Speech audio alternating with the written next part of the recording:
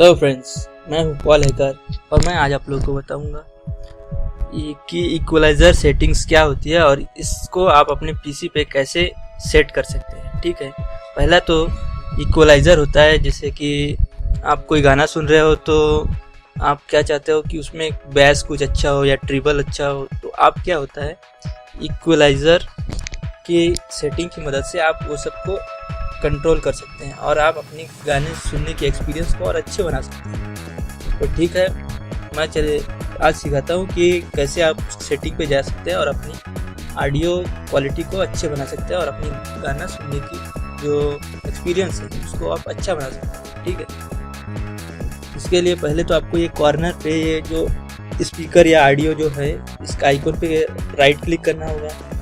तो यहाँ पर आपको 3-4 ऑप्शन आ जाएगी। तो यहाँ पर देखिए प्लेबैक डिवाइस लिखा है, इस पर क्लिक करना होगा।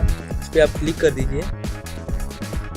तो यहाँ पर ये जो स्पीकर है, हम इस स्पीकर पे अप्लाई करेंगे इक्वलाइज़र। ठीक है, तो इस पर हम लोग क्या करते हैं, स्पीकर की यहाँ क्लिक करके यहाँ पर स्पीकर की प्रॉपर्टी पे जाते हैं। तो प्रॉपर्टी पे क्लिक करते हैं।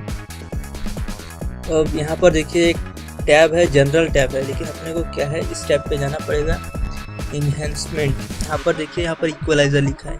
ठीक है, यहाँ से आप क्या करते हैं, साउंड की क्वालिटी को आप इक्वलाइज़र यहाँ पर इनेबल करके यहाँ पर आप रॉक जैज पॉप कुछ भी डाल के अप्लाई कर सकते हैं या ओके कर सकते हैं। ठीक है, लेकिन अगर आप चाहते हैं कि रॉक जैज पॉप नहीं, अपने मैनुअली कुछ भी, जैसे कि आप साउंड में कुछ भी अगर चेंज करना चाहते हो तो यहाँ पर इस बटन पे क्लिक करके यहाँ पर देखिए आप अपने मन हिसाब से कोई भी आप अपना खुद की इक्वलाइज़र आप बना सकते हैं और उसको सेट कर सकते हैं। ठीक है, और इसमें देखिए इक्वलाइज़र का नाम भी कुछ लिख के आप इन पर सेट कर सकते हैं। इसी तरह से आपका गाना सुनने का एक्सपीरियंस है वो यहाँ से बढ़ जाता है। जैसे कि आप कभी होम थिएटर पे लगाते हो, होम थिएटर पे आपको बेस चाहिए होता है, तो आप क्या कर सकते हैं, सेटिंग में जाके देखिए बेस क्लिक करके आप बेस बना सकते हैं।